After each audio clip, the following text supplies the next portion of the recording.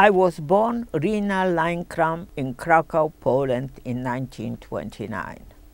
I went through 4 concentration camps before being liberated.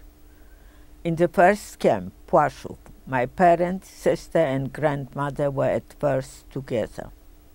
But within a few months we were separated. My father was sent to Auschwitz with children and sick people. They were all liquidated. My mother and I remained in Plaszow until its closing in the fall of 1944, and were then sent to Auschwitz, Bergen Belsen, and finally Salzwedel in Germany. This work camp made munition for the Germans, and my mother did her best to miscalibrate the bullets that they would not fire properly.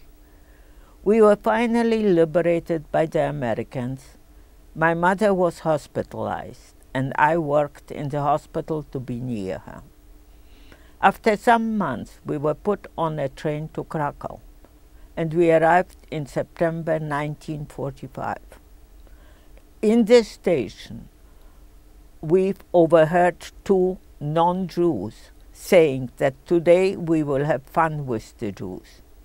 Since fun meant pogrom, we left the station in a hurry.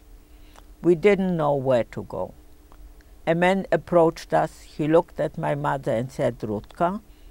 "Yes," answered my mother. He told us that our cousin is alive and is at home. We went to his home. At first, they didn't recognize my mother. When they did, we all began to cry. They told us that my sister Tola was alive and looking for us.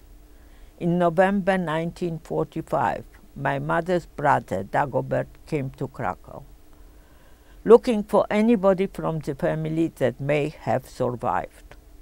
When he found us, he helped us leave Poland and join him in Germany. In 1946, I was sent to my cousin in England.